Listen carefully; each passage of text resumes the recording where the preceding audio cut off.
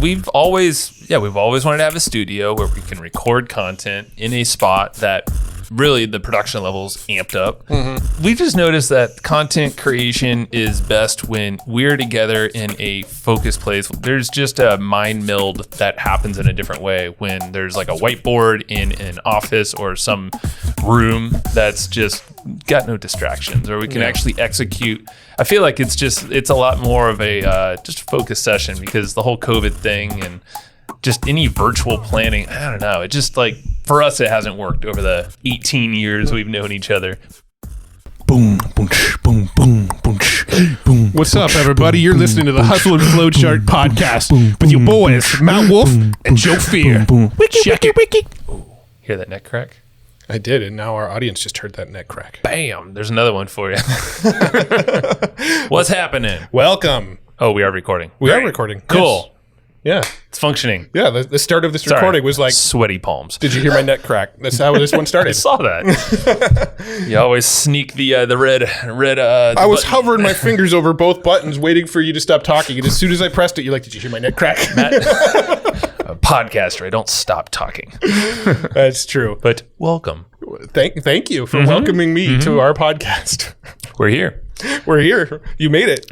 That's what Jimmy Fallon says at the beginning of this. Right. He's like, "You're here. You made it." I miss watching him. I should watch him again. Yeah, it's been a while. Well, he's not nearly as funny during like the COVID stuff. Is he not back on stage yet? Well, I think he might be in the newer ones, but like the past ones where he was like interviewing people over Zoom, like he's somebody that needs to be like interacting with them in person. Otherwise, he's not that engaging. Yes.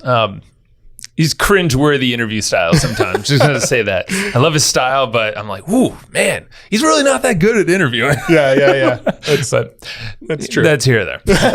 This session is obviously just us. Yeah, just talking us today. With you. Mm-hmm. Mark and Steve and Karen and Jamie and Jessica, Felicia. Hi, all of you. And hopefully a couple more. Yeah. So, I mean, our 10 fans are tuning in. Yes. Maybe. Thank you for being here. 10 fans. We love you. Yeah. We're in a new studio. We are. And that's what we're going to talk about today. Our studio, not just any studio. Maybe called Flowchart Studios. TBD on the name, but I think it's getting close. Yeah. Yeah. So what are we talking about today, Matt? Yeah, so today we're going to talk about this new studio that we got. We're going to talk about why we got the new studio. We're going to break down what equipment we're using in the new studio. I am going to try not to hit the power button with my foot because we actually already recorded 20 minutes of this episode once already, and then my foot hit a power button that's right here. We need to fix that. The tech guy can't blame me for the tech going out. And we lost 20 minutes of audio, so we're starting this over. But we're going to be talking about the studio, the equipment we're using. We're going to talk about a little bit what's been going on behind the scenes of our business, Pod Hacker. The why behind all of this. The why, why the hell did we get a studio? We'd probably start with the why, right? Isn't that a book? Start with why. Simon Sinek. Yes. It is a book. Yes, it is. But grab the action guide. We are putting out action guides to every episode, including this one. So go to flowchartgroup.com, join the Facebook group, enter your email while joining, and we'll send you them action guides to whatever episodes were the most recent 2 weeks worth of episodes. That just means basically get over there right now, huh? Press pause button, flowchartgroup.com, enter your email address. Oh, you didn't mean me. Okay. Don't do it. You're going to turn that recording off again. Don't press the power button with your foot, Matt. So flowchartgroup.com. Go get the action guides. You're going to dig them. Yeah. So this session, everything that I think this is, it's interesting because we'll start with the why, huh? Start with why. So the studio's been in our minds for a long time. Yeah. We've had I wouldn't call it a studio, but we've had some offices, some office spaces, and magic always happens. Cool stuff happens there. We've had technically an office with a podcast in it before. I wouldn't call it a studio. I mean, we tried. It was just we had the green screen and lights and all that kind of stuff. Ghetto rigged. Yeah, but here's what's funny about our first ever podcast studio that we had up in Temecula, California. Our podcast studio was a 4 foot by 4 foot card table that we bought at Walmart or something. Definitely. And it was a combo pack with four chairs. 4 chairs for like $30 or something. We're like, perfect. And if you leaned back in the chair, there was like a screw or something that kind of poked you in the back. Yeah, now we have the all 33. I was going to say 33. All 30 chairs. Thank you, Lisa. And Bing. And but yeah, we're sitting much more comfortably, I would say. And quite a bit bigger of a table. Yeah, no, it's a very large table. It's pretty rock solid. Yes. Stable. Matt built it. It's heavy as shit. I had to wheel it up to this ramp to get it up into the office, and like Alone, right? Alone, yes. And like all of the freaking people in the offices next to me were like giving me looks as I was wheeling it up because I was like bumping into walls and stuff. But anyway, Matt made all the friends that he didn't want to make that day. Yeah, I mean, that's very true. I know. Because they're all chatty. Yeah, so I was be quiet because they're. Yeah, screw them. No, so I the very first day I was building all this stuff, and I just got the desk up, and I was like drenched in sweat, and just completely covered. Like I wasn't wearing a hat, and my hair was just like all like in my face and covered in sweat. When are you not wearing a hat? Very rarely these days. COVID made me much more of a hat person. But so I went and I locked the door so nobody would bug me, and I came back here and I was like on the ground like assembling this desk. I was up underneath like drilling it and getting it all set up, and the neighbors who had just watched me like wheel it by came over like 3 minutes later and were like knocking on the window, and I kind of ignored it, and I was like, they'll go away, they'll probably assume I'm busy. They knock on the window and they start like grabbing the door and like wiggling it, and who is this? The neighbor's door? Right there, yeah, right next door. He might be outside smoking, so you might watch it. I can't ever hear him talk, so he probably can't hear us. But if he does, we're learning how thick the walls are. I'm not trying to become his fan or anything, or get him to be our fan. But they persisted until I finally got up and opened the door for him. And when I opened the door, they're like, "Is your hot water working?" And I was like, "I don't know. I haven't tried to use the hot water yet. Let me check." And I turned it on. I'm like, "Nope, it's not working." And they're like, "Oh, ours isn't either." And I was like, "Oh, that's a bummer." And then they were just like standing there staring at me, and I'm like, all right, I guess I'll introduce myself. And so I told them my name, and I said, yeah, we're podcasters. We're building out a podcast studio. And they just got all like chit chatty, and I'm just sitting here like drenched in sweat, like still out of breath. And I'm just like, cool, guys. Well, it's good meeting you. And then they kept on talking, and I'm like, that's really interesting. Great meeting you. I got to get good. And like, these weren't taking the hint. And so I think if it was me, I would totally be the opposite person. It's just so funny how different we are, because I'm like in that scenario, I'd be like, oh, what's happening? Yeah. I'm sitting here like, get out of my face. I don't want to talk to anybody right now. Yeah. Joe would be like, hey, cool, a break from action. Yeah. People. Yeah. Yeah, that's pretty much our mixer here. Yeah. What's happening. So anyway, that was a diversion from the why we're in the studio in the first place. Yeah. So yeah, the why, we were going back in time with our first place, with the card table and all that. This is much better here. But yeah, the why, we've always wanted to have a studio where we can record content in a spot that really the production levels amped up. You know, the first one we had in Temecula was a mini little room. It was actually probably the size of the room we're in now. Yeah, we have probably like quadruple the size in this entire office, which is way too much space for us here. Yeah, we even have a kitchen in this office. What? We have a sofa. We have a full sofa. I've sat on it one time. Yeah. Point of the matter is, we just noticed that content creation is best when we're together in a focused place. We'll tell you about the why of our previous location in a second, and then and also I feel like there's just a mind meld that happens in a different way when there's like a whiteboard in an office or some room that's just got no distractions, or we can actually execute. I feel like it's a lot more of a just focused session, because the whole COVID thing and just any virtual planning, I don't know. It just like, for us, it hasn't worked over the 18 years we've known each other. We did the math on that episode that got lost. Yeah. We're not going to go through that whole math problem again that we had. Remember that? That took like 5 minutes. Trying to figure out how long we've known each other? Yeah. Yeah. It was 18 years. Yeah. 18 years. Yeah.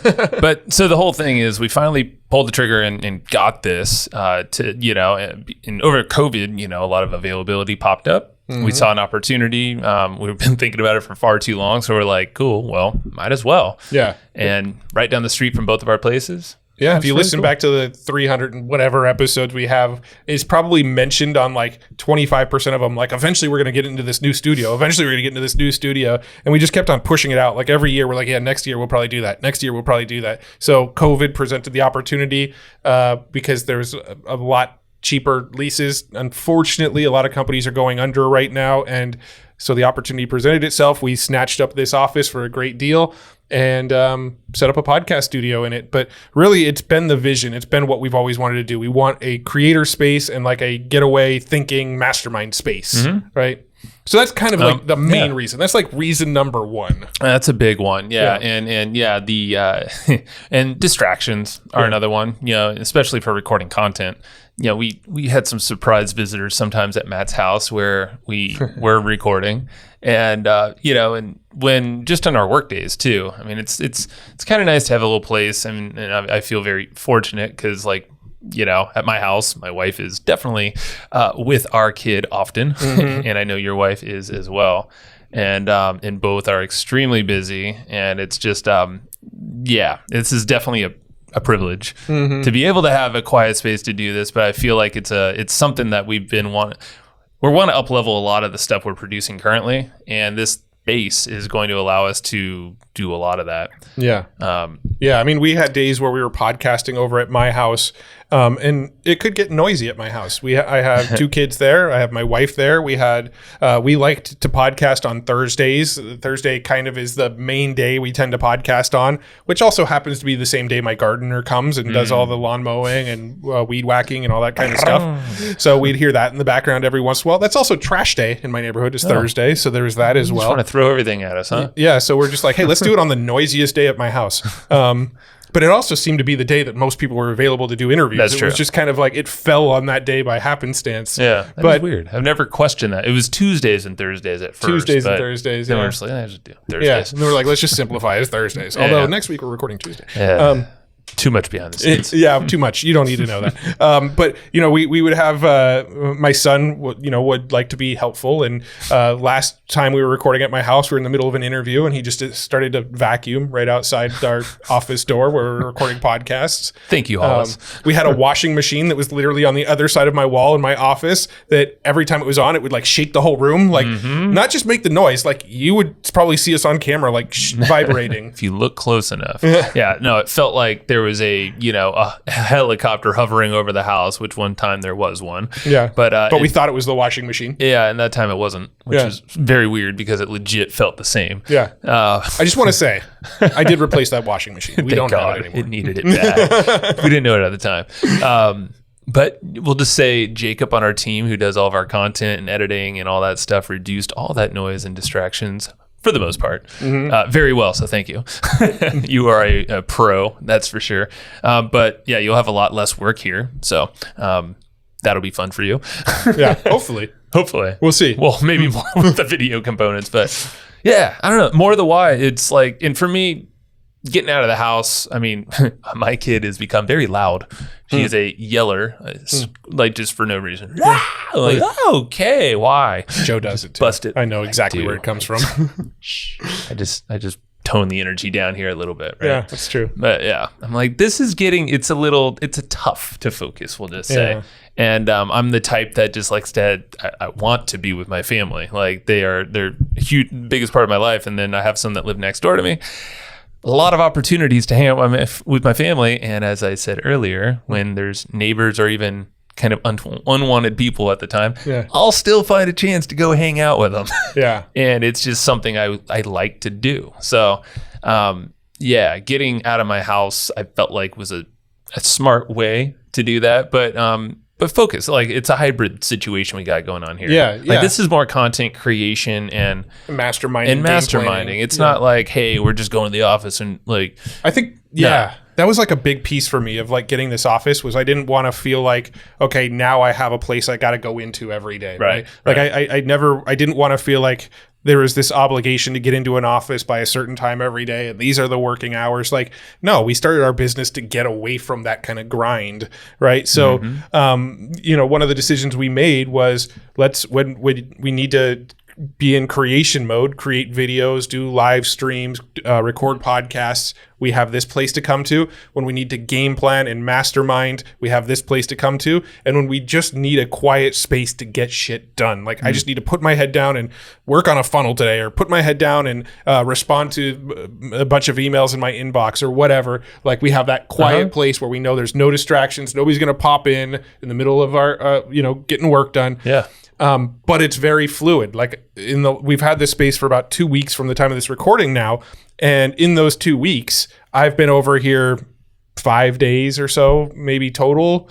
We've actually only done like 2 actual days of like legit content work in this space so far out of the 2 weeks that we've had it, right? So that fluidity of like, I still work from home, but I also have a studio. Yeah. You know, it's pretty cool. Yeah. Because I think at first we were thinking, oh, it's one or the other. You know, it's like, oh, what the, no, hold on. we create the rules. Like, why is this programming in my head? You know, like, right. So, this hybrid thing's cool. So we're still trying to find it. And this is just a little behind the scenes of what the hell we're doing. So maybe it helps you a little bit too. Yeah. But yeah, like there's it's just kind of nice to have a little space for that contained creation time. And I think for the art of it and the fact that we want to really ramp up what we're doing with our content, like I think it's a smart move and still being able to hang out with the family and have that balance because, you know, and being able to kind of be mobile at the same time. Yeah. So I don't know. We'll do a lot more behind the scenes as we figure out our workflow. It's still kind of bare bones, but we got the core things here. Yeah, I mean, this studio that we're in now is fairly decked out with the lighting and equipment and stuff.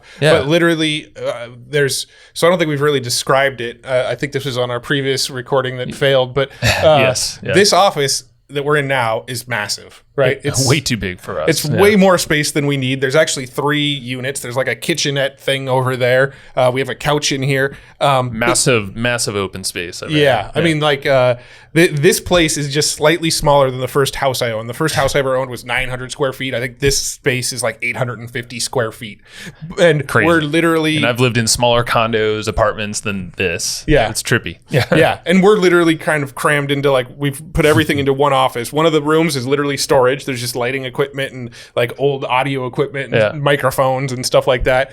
And then the entry space over this way, which is monstrous. Like, it's freaking huge. Like that space over there is probably 700 of the square feet or something. Too much. So and it's empty. It's just got a couch, nothing else. You got to figure out. Oh, it's a napping couch. So it's I have not yet napped on there, but yeah, it's a big leather couch. We're like, oh, cool. Yeah, that's a good spot for it. Not even a table yet. No, nothing else in the mix, but we'll figure it out. We will. We'll figure out some fun, probably music type stuff, I would imagine. Yeah. But we'll do some videos in the future too, give you some tours as we actually put stuff in it. There's not a whole lot to see yet. The studio's portion that we're in right now is probably like the only cool thing. And on this episode, we'll walk you through some of the equipment that we have, but we are going to put some videos up on hustleandflowchart.tv. Whoa. Is that the first call out? I keep forgetting. I keep looking down here because I'm like, wow, this is actually really fun to just kind of watch. I don't know. I'm like, wow, we have a setup now. I know. This looks cool. Now, but on YouTube, and then this is the other bit of the why behind this. Yeah.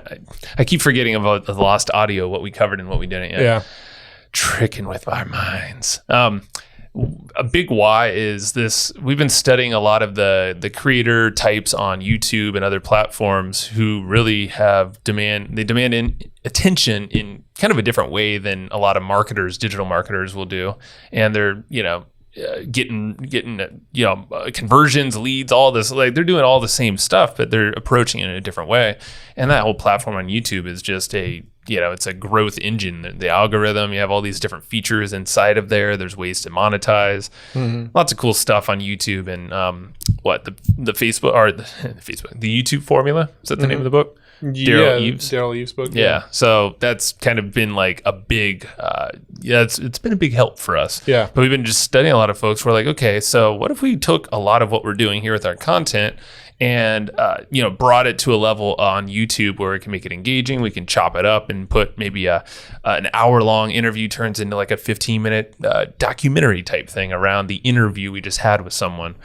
So it keeps it interesting. It pulls out, all the key points, and it's a little bit more produced. So this studio allows us to do that. We have one camera right now. We'll get into this, but we're going to add a couple more, and eventually have where guests can come in as well. So probably a different setup completely. Yeah, well, I mean, when we start having guests in here, I think we'll probably rearrange and almost like re-envision the studio. This is the current iteration, but it's not the final iteration. Yeah, but I don't know. I think for me, it's like super exciting to think that we are creating so much content already. And now it's becoming easier. We wanted something seamless that we could just hop into and go, bing. Yeah, not only easier, but higher quality as well. Both, yeah. And that's the thing is like there's it ticked a lot of boxes for us so we can kind of execute on this bigger vision because, if you look at YouTube and there's some podcasts on there and just some channels that they just have crazy of attention. And we look at it, we're like, what the hell? Like, okay, we need to hop on that train and then like figure out how to morph what we're already investing a lot of time and energy into,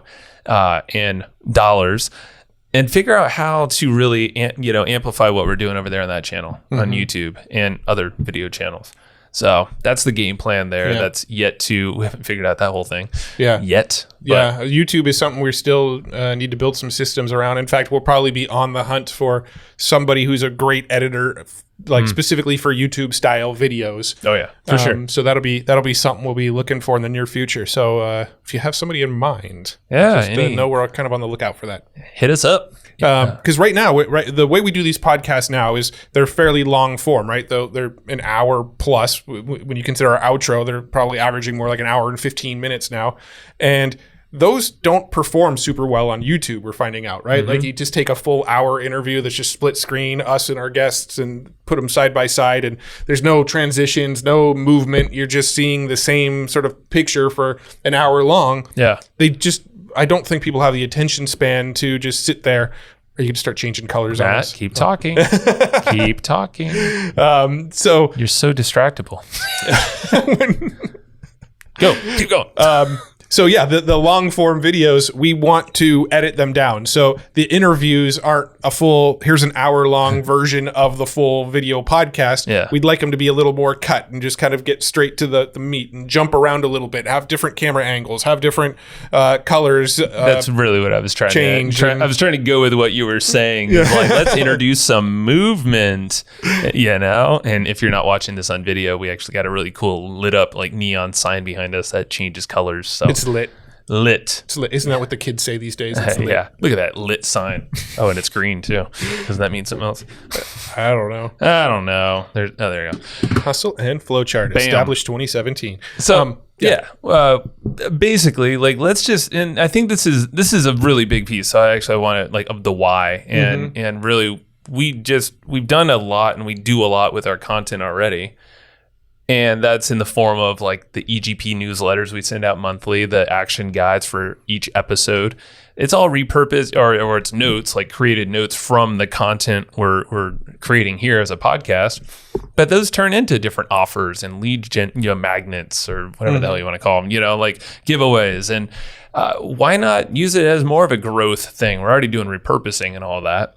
But like you said, that doesn't get a lot of attention. Like we've done a lot of that on all the different channels, repurpose or do a little clip or pull out sometimes they work, but with this kind of setup and with maybe chop it up into more of a story arc. And that's why a really solid editor that kind of knows this and understands it, I think we can really take this content that we're already investing in so heavily and put it into this growth machine that YouTube is and just follow some of these principles that we're already learning. And like, it should be able to put a lot more listeners into this show that we've been looking for. Yeah. But yeah, podcast just doesn't have a good, they don't have an algorithm really that helps you grow too easily. No. If iTunes or Apple and Spotify, but I mean, like, they're not really giving you much help. Yeah, the discoverability is not really there. No. YouTube's algorithm for discovering new channels is really, really good. They're good at figuring out, okay, they're into this, so let's show them this, right? None of the podcast platforms are really great at that yet. Hopefully they're going to get there. I think they will get there. I think Spotify is making a big push. I think Apple's, rethinking everything because Spotify is doing such a big push. For sure. So I think they will get there. But right now, YouTube has an amazing discoverability engine. And if you could sort of get into the algorithm where you start getting recommended to people, there is so much potential momentum on YouTube that we want to capitalize on. And there's some podcasts on there already that have done extremely well, like millions of followers. Yeah. And we're like, we've never even heard of them. Or like, wow, their studio setup or whatever doesn't look that impressive. Yeah. But like, man, they've probably done some moves and where they maybe did some collaborations on YouTube or with creators, which, we're definitely looking into. But also, because of that, they probably are getting discovered because of the algorithm and all these other different signals that, it's connected to Google, of course. So that allows for more indexing of these pieces of content as well.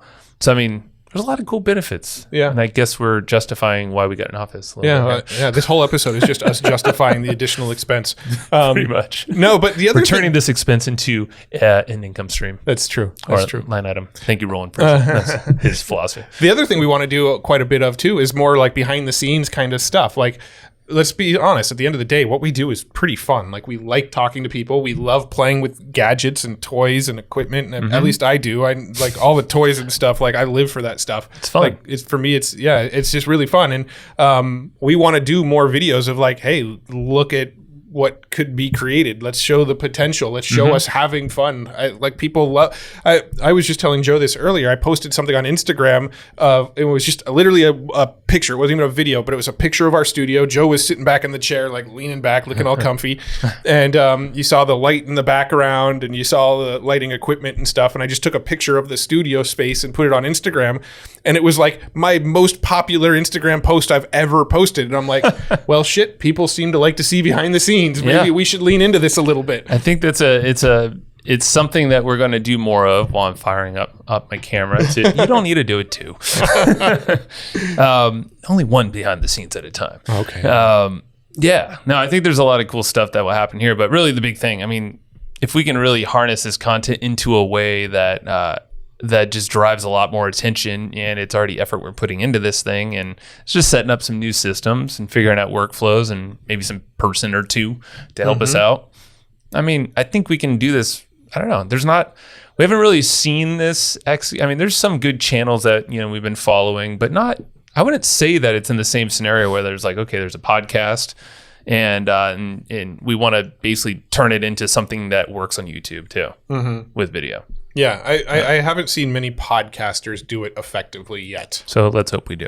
Yeah. I'd say probably the closest I can think of is Lewis Howes. But yeah. I think his is a multicam setup. It's very similar to like a Joe Rogan kind of thing, right? Yeah. Where it's multicam. So I guess Joe Rogan, like duh. He's got like the camera that's like wide where you see him and his guest, and then there's a camera on him, a camera on his guest, and it's constantly like changing angles. You've got that sort of visual retention element there, the movement, right? So we got to keep switching the lights. I don't know if the lights is enough movement to keep people going. It's purple now. Is that enough movement for you to keep watching? Well, I think we've done a good job of justifying it. Should we walk through some of the equipment we got here? We can, nerd boy. I won't be able to help you out much on this one though. Oh, yes, you will. Go for it. Yeah. So the mixing board we're using right now, this is the Rodecaster Pro. We actually had this since the old studio. So Joe's filming right now, so maybe some of this will be B-roll on the video. I don't know. But we had this Rodecaster Pro. This is what our mics are fed into. This hooks into the computer via USB. And so we can hear our guest through the mixing board. Our guest can hear us, but it also splits up the tracks, right? So I'm recording into one mic. Joe's recording into another mic. Our guest is coming in on another channel. I hit an export button on my computer at the end of our recording day, and it splits out the tracks. So I can edit Joe's audio out completely, make it all about me, just leave the audio of me in there. That was Matt. Yeah. No, but we can edit individually, level out the volumes, reduce noise on individual tracks, things like that. And we've got sound pads, which I didn't know if we want to use them or not. What? I don't even know what that was. These are all pre-mixed. No, they're not worth it. Yeah. Let's play it out, Matt. Okay. Well, it's got sound pads and stuff like that on it. And I think that's pretty much covers it. You can have an iPhone hooked into it or any smartphone hooked into it. So like you can have call-ins and stuff. Maybe someday we might try that. That'd be fun. I don't know. Do people still use phones? I don't know. I don't know. I think there's a lot we could do here that we probably don't even know about yet. Yeah, but there's a lot of functionality to this that we haven't used. Like these can actually be used as like camera switchers if you want to. What? Yeah, you can sync up these keypads that we just press for the music. Oh, I didn't know that. And actually use them as like a camera switcher. So this almost acts as like a stream deck if you wanted it to. Like it's got settings to do that with these buttons. Yeah. Joe and I, we each have our own headphone input, and we have different headphone volumes. So if somebody's really loud to Joe and he needs to turn them down, he could turn down his headphones individually, and I can have my own level. We can mute ourselves, so when we need to cough or sneeze, or like Joe when he needs to fart or something, he can mute himself. There you go. I think it still bled onto my mic anyway. No. But Sitting too close. Cool. No, I mean, I think Rodecaster Pro is something that a lot of folks are just investing in, even if you don't have some, like if you're not podcast forward or whatever.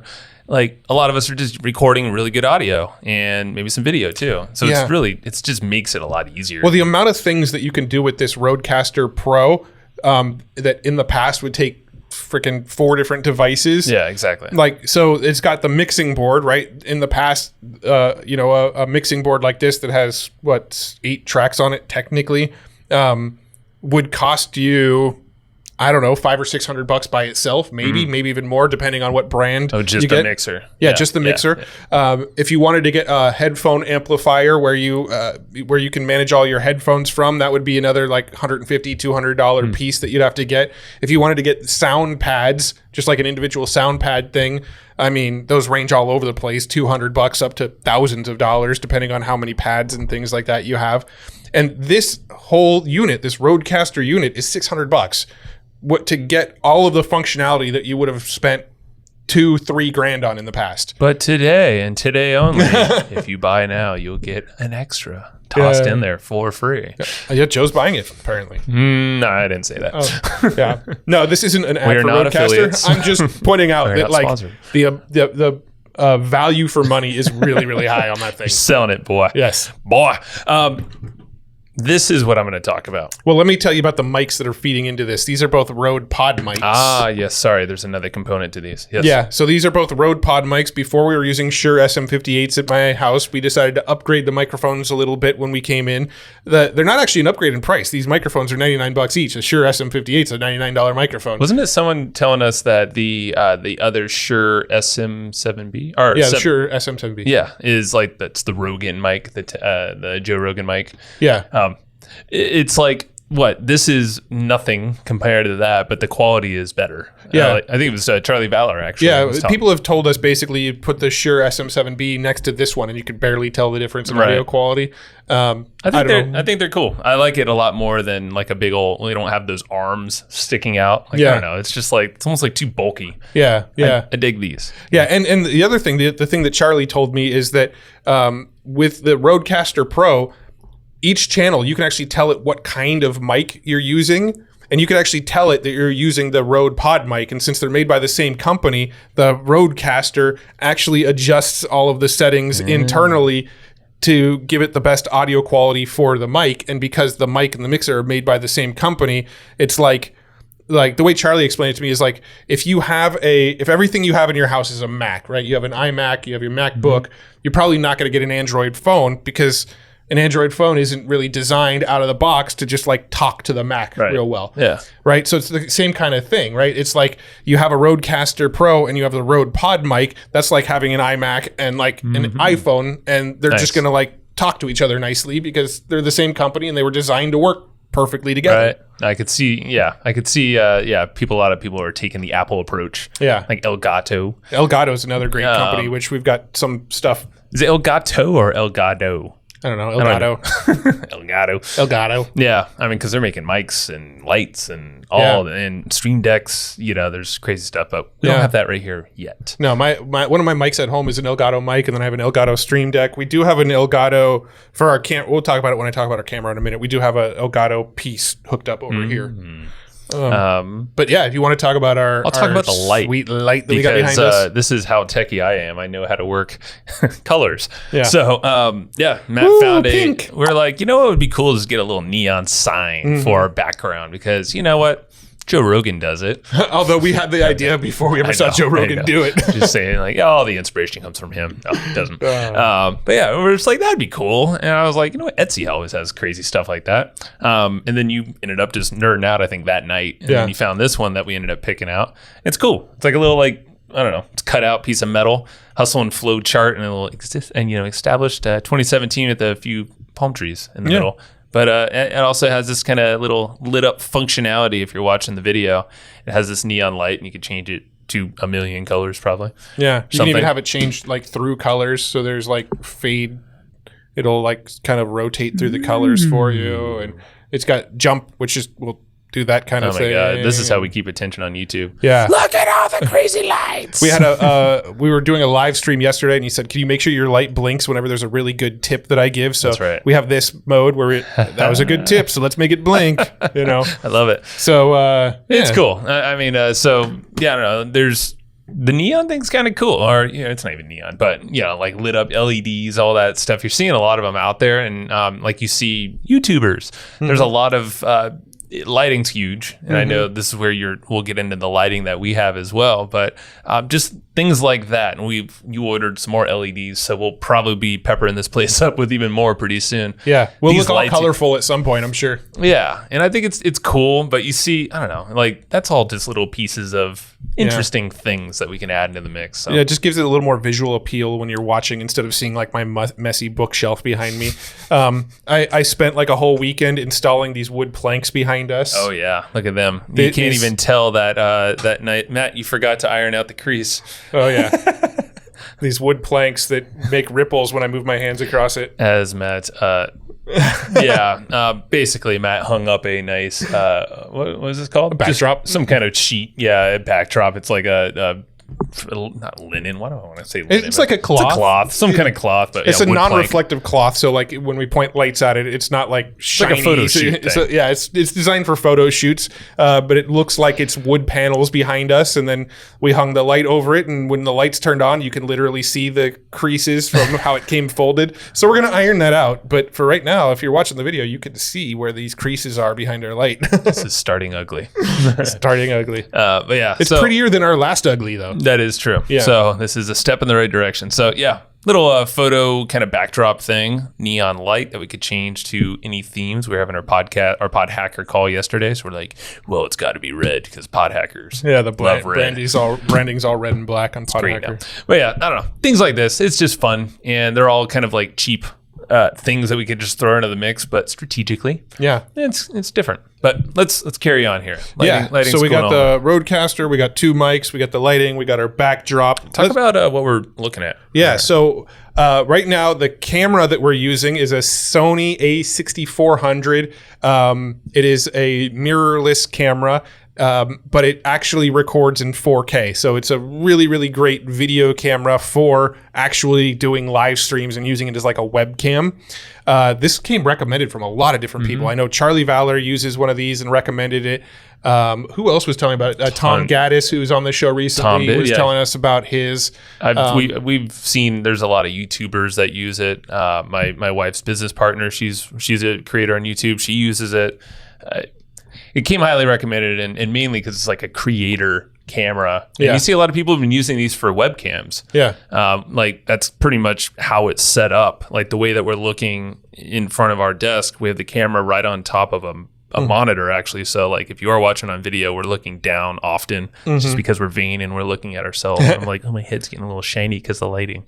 I need powder. Yeah, Joe's gonna start powdering his face. But that's why I do it. But yeah, like it can be used as a really badass webcam. Yeah. Instead of like a little clip-on thing. Yeah, and if I'm being totally honest, we haven't messed around with too much of the camera settings. I watched one YouTube video and the guy was explaining how to get all of the like when you first hook it up, it's got all of the like f-stop and shutter speed and like how much battery life and like, all the sort of display stuff that you would get like when you look through a viewfinder. That actually came through on the video like as a webcam and stuff. So I went and turned off that function. And then I set it into movie mode. And those are the only 2 settings I've played with so far because a YouTuber told me to. And I haven't gotten into the camera and messed with any other settings. I just kind of went straight for what they recommended. Hey, it's working for now. Yeah.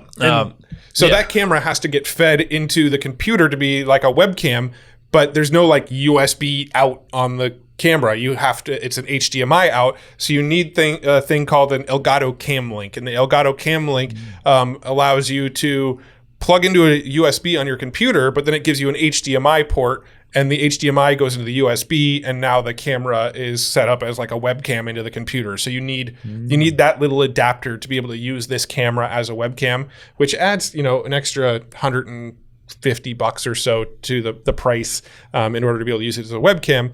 But that's how it's actually feeding into the computer right now. And then feeding out of the computer from my other HDMI, my HDMI output on my computer, we actually have a monitor in front of us. It's a cheap Acer monitor that I bought for like $95 or something like that on Amazon. It's pretty impressive for that cheap. Yeah, it's like a little, like it's all we need. We don't need anything fancy. It's maybe like a 24-inch monitor or something. It's a small monitor. Yeah. But it makes it so that the camera is mounted directly above the monitor in front of us, but it makes it so we're looking at our guest, right? My laptop is actually over here. It's to the side over this way. And if we were to actually use the computer on the webcast, we'd be looking off to the side, like the whole thing, because this camera's over here. So we needed to have a setup where we had a monitor and the camera right in the same place so that while we're talking to our guest, we're actually also looking into the camera. Mm-hmm. Yeah, no, I like it. And it's really cool because with Zoom, because we're set up for more remote interviews than anything, it's difficult to sometimes remember to look at the lens because you want to see the person's face that you're talking to. So I don't know, maybe in the future, I know you were telling me about a setup where there's actually someone who uses a teleprompter. Yeah. And if you've ever used a teleprompter, it's just a mirrored screen basically. So that way you can actually look right into the person's eyes and through that teleprompter, but really the camera's just looking at you. Yeah. So I don't know. Maybe in the future that could be kind of cool. Yeah, I think we'll look into that. But I want like a legit teleprompter. I don't want one of those ones where you slap an iPad into it. So we started like years back. Yeah, we still have that somewhere. Do we? Yeah, it's not at the new office yet. It's in my garage somewhere. Heather was asking about it. Well, yeah, we have it. I don't know why. But yeah, so this setup's just really cool for Zoom. So if you're thinking about doing like Zoom type things or a setup like this, you can totally, just mount that simple. What you have like a little grip. What are those things at the end that's holding the camera up? It's not obviously. It's a super clamp. Super clamp. That's what it is. So that's like clamped on this TV mount that he has below all this, so it's holding it in place. Yeah. So the monitor that we're looking at right now is actually not sitting on the desk. We have it off the desk. We wanted all the desk to be open space so that we can have kind of a command center. Like I've got notepads, we've got remote controls, we've got our mixing board, we got both of our laptops are on here, but all that stuff's off camera. So I actually wanted the monitor off the desk. I wanted it not to be at the desk. And we also want to play around with depth. We'll probably do some videos where we push the camera back further. We'll do some videos where maybe the camera's a little closer. We're going to experiment with the depth of things. But the camera's actually, or the monitor's actually on a freestanding mount. I don't remember the brand, but it's literally like a tripod that's designed to mount a computer monitor on. So there's like a stand that's off the desk with this monitor on it. And then the camera has a super clamp that's clamped to that stand, and it's making the camera just barely pop above the monitor. So if we're looking at the video itself, our eye line is just slightly below the camera. It's pretty freaking magic. Yeah, when I walked in here and Matt had it all set up, I was like, damn, this is legit. I like it. Yeah. And it's simple. So it's not a crazy expensive setup. No. So, everything's been fairly budget. We've got these two lights over here. They're by a company called GVM. They're quite bright. They are. So they're designed to be. Every time I look into them, I lose my vision for like a half a second. I know. I regretted looking at both of them for some reason. I'm like, okay, and my eyes are now. Yeah, I'm closing my eyes and I see LEDs. So have some strength. But they're cool because you could change the temperature on them. The color, any color you want. It's all LEDs, so we can like. I don't know. We're experimenting with some weird, I don't know. We're going to experiment with all sorts of different things. Yeah. There's before we hit record, we had like one light pointing at Joe that was blue and one light that was pointing at me that was yellow. And we had this light behind us sitting at red. And we're like, ooh, this looks very like creative and crazy. But we actually got in our heads about the fact that we could see the folds here on our wood backdrop. And we ended up pointing it out anyway. So yeah, there you go. Yeah, iron your folds, Matt. Iron my folds. I think that's pretty much a breakdown of the equipment. Is there anything we're missing? I don't think so. I mean, there's a bunch of cords, XLRs. I'm expecting that Sue is probably going to need some links from you. Our note taker Sue for everyone listening. Yeah. Hopefully, Sue, you can keep up with everything that the tech stack here. I think you got it though. Yeah, I'll send you a list if you need it. Actually, didn't Jacob on the team? Didn't he create a page? He did.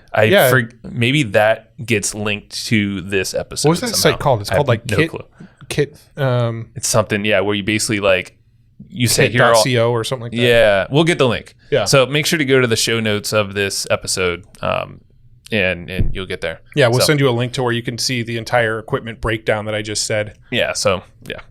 Cool. Hustleandflowchart.com. We got some stands that are made by Array, I guess. I don't know. I don't know. They're just basic stand, but they're cool because they're like table stands. Yeah. Instead of like we had those boom mics before, which were kind of awkward and fell over a lot. Yeah, these are rock solid, dude. I mean, they're heavy. You could you could murder somebody with these. Ooh, I mean, not recommended. It's a bludgeon because it's very round. Yeah. We might do the boom arms that are clamped to the table at some point. I don't know, but I kind of like these. I'd say roll with this for now. Yeah. It's cool. But I think it covers everything, man. So it's I think this is, hopefully you guys found value in the tech stack, but it's this is fascinating. I mean, I was impressed with how simple it really is. Yeah. I mean, it was just like a week-long marathon of me watching YouTube videos and figuring out like what everybody else was using and how they had it all dialed in. And yeah. So actually getting the notes would probably be a really good time savings for you. Yes. So go to flowchartgroup.com and enter your email fast, whenever you're listening to this, but 2 weeks of it going live. Because I think, because I know how much time Matt did spend going down the rabbit hole on YouTube and many rabbit holes. Yeah. And it was cool. Yeah, I learned a lot too because you were sending me some videos, but I know you probably watched 30 times the number of videos you sent me. Yeah. I'm still watching videos. I still keep on finding like, ooh, I want to get that now too. Ooh, I want to get that. Ooh, that would make cool videos. It's like I keep on finding like cool gadgets and stuff that I'm like, that's really cool. I'll probably only use it like twice if I had it, but I want one. I mean, it's going to get a little bit more wild in here, but definitely save a lot of time and get the notes and check out that kit, whatever. Maybe it's not called kit. I don't know. I think it's kit. We'll link it up so you have the whole like tech stack here. So there's one other thing I wanted to talk about real quick, not related to the equipment or anything, but one of the things that we're talking about doing, and we'd love your opinion, so feel free to write into us about it or talk to us in the Facebook group about it. But I think we're planning on backing off on doing as many interview episodes and doing more. I don't think we're going to continue to call them therapy sessions just because we're going to do more. That might be a special episode that comes out when we have things we need to cry about. Yeah, exactly. Yeah. But we just want to do more just straight up me and Joe talking about what we're working on, what's going on behind the scenes in the business, and probably trends. There's a lot more, not just about us. Yeah. We want to kind of talk about trends that we're seeing, talk about cool business models we're seeing other people do, just do more that we're kind of thinking about switching to maybe like continue to do 2 episodes a week, but maybe one of those episodes is no guest and one episode is with a guest. We're still kind of playing with the formats and how we're going to do it, but we'd like to do more episodes where we don't bring on guests and Joe and I just have fun with you, the audience. Oh, the audience. We want to spend time with you. I always sound so cheesy when I talk to the audience. It is, isn't it? Well, you've been talking to them the whole time. No, I've been talking to you, just looking at the camera, pretending I'm talking to an audience. Awkward. Let us know your thoughts. Yeah, let us know your thoughts. Where do they go to know our thoughts? Their thoughts? Flowchartgroup.com. Yeah, I like that. Yeah, go to the group. If you're not in there, come on. As I hit the microphone. Amateur status. Yeah. And we'll take ideas from you guys. You know, if you go to the group and say, hey, I'd love it if you guys did an episode about X, Y, or Z. I want to know more about Joe's whitey tighties, make an episode about it. Big story there. We're down. No, I mean, we could spend 2 hours on that. Wow. They're not even that big of whitey tighties. Yeah. Well, there's 2 hours worth of storytelling there. Oh boy. Yeah. So go to the group. This was fun. It was going down through the tech setup that actually simplified it way more in my mind too. Because I didn't even understand how all this stuff worked. I had no clue about the Elgato connection camlink thing.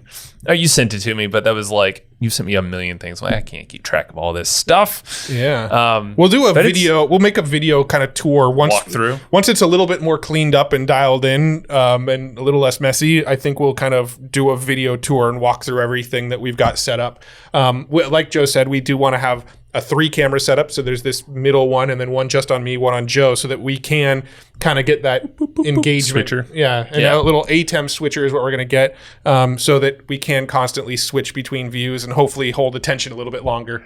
I really want this vision to pan out. Yeah. I mean, I'm saying it now. Like, I really think that if we can lock in a nice video, like system, basically this YouTube version of this podcast. So what I'm trying to say is like, I want to figure out a nice story arc of mainly the guest interviews. Yeah, just got to figure out how to, like, a good edit flow for them. Yeah, and it's not like every video needs to recreate the wheel, as it shouldn't. Like, we want to create a system. So, again, if you know, or if you are a good YouTube video editor, or if you are a great editor and just want to, you have the YouTube chops, like they have this way of editing that kind of really it keeps attention. I mean, that's the whole thing. And it's different than like a cinematic editing, So, we want to dial that in to make, throw B-roll over that and like kind of look at it in just these shots. Mm-hmm. So, I don't know. I'm just like, I want that vision to come a reality, and we're so close. And there's more to it, but this is a step in the right direction. Step in the right direction. Baby steps. Steps. One last tool we got. Whoa. That was a random one. Yep. I meant for but then the timing was off, and I was one button away. Oh, yeah. Go ahead. One more tool to talk about. Yeah. Oh. There's this webinar tool that I hear is pretty cool. I've heard about this tool, and it's very powerful. And I've been hearing a lot lately that a lot of people are running webinars successfully. Yeah. Even more so now. We just talked to Avi, which you're going to hear next week. Is that next week? I think so. Let's cue it up there, because we heard this in our mastermind earlier this week too. Yeah. I'm gonna give you a quote from Avi. Okay. Quote. A teaser quote. He said, "Webinars are the superpower of the 21st century." Ooh. You'll get the context to that next week. Cliffhanger. Actually, it might even be this week. I don't know if this is coming out on a Tuesday or Thursday. No, I have no clue. And it's the next episode after this one. So okay. Well, there you go. Yeah. So webinars. I mean, this is what we've been talking about. Like, there's a lot of folks like crushing it on webinars right now. And I don't know if it's a pandemic thing or a certain market thing, but if you're not just at least looking into webinars, give it a shot. Yeah. Avi, this episode that Matt's talking about, it's a lot of video talk, and specifically these like videos that make sense during a process. Mm-hmm. Maybe I won't go down that route, because way more context that needs to be had there for this time. We'll leave that open-ended. But, we've been talking about our studio, right? And I think one of the things that we're going to do in our own business, now that we've got this setup where we could just kind of come in, flip a switch, and go, is more webinar type stuff. Good point. I'd like to get a webinar put together for Pod Hacker. Definitely. We're talking with this Avi guy about doing some webinars with him, but context will come in the next episode. No, you're right. I mean, like, this is a very good point. I don't know why the hell, because we've talked about this. Yeah. But yes, webinars are something we're definitely going to harness way more, especially with this setup, because it's freaking perfect. But also just different streams, streaming from there as well. So Easy Webinar, I don't know why we're just like hanging on to the name, but Easy Webinar, beautiful sponsor, beautiful. They make a beautiful product. Yeah. And Casey's buff too. So he's so ripped. From a man perspective, he's beautiful as well. Damn right. Yeah. You go, Casey. But yeah, Easy Webinar is the tool, and they're hooking you up. If you are using webinars and if you want to cut out a lot of the just confusion and madness that comes along with trying to, kind of really piece together stuff. Like, here's a Loom video. Here's a random video, and let's put it on a thing that does this and different. Like, Easy Webinar just kind of combines all that stuff into one. Yeah. So, and live streaming. So I think we're gonna really do a lot of that. So there's so many features of that damn thing. Yeah, and he's hooking up Hustle and Flowchart listeners. They're pretty big hookup at Hustle. Jesus, no. Easywebinar.com/hustle. I was gonna say it in reverse. Here, let me do this just to emphasize. Easywebinar.com/hustle. You're gonna get a fat hookup, as Matt says. This is a great idea, with the neon light behind me. You quiet down over there. Sorry, I meant to cheer. That's great. That's the cheering for Easy Webinar. All right, everybody, shut up. Wow, Matt commands the room. All right, so easywebinar.com/hustle. They're hooking you up if you are doing anything webinars or about to use that tool. That is what we use, and we are going to do a lot more very soon. I think you might have just been muted for a second there. Me? Yeah.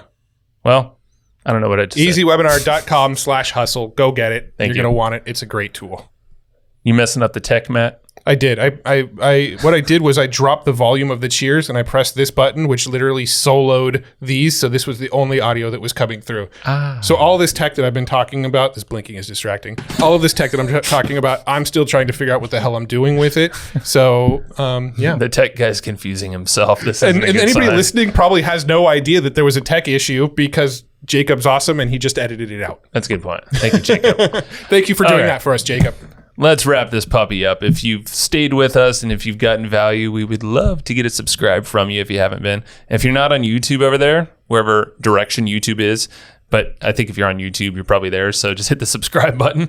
But if you're seeing us point right now, then you're on YouTube. That's what I'm saying. I just realized that. So, but go over there to hustleandflowchart.tv if you're just listening on the audio. We want to blow up the YouTube side of stuff. Yes. And you can see a lot more of what Matt was talking about with all the equipment here. And yeah, and we are going to be doing some giveaways and stuff to subscribers of the YouTube channel. Haven't announced yet what those giveaways are going to be because we got to figure out what the giveaways are going to be. Massive. And that's why we haven't announced them yet. But we are planning on giving away stuff and things to YouTube subscribers. Stuff. You gave away something to me today.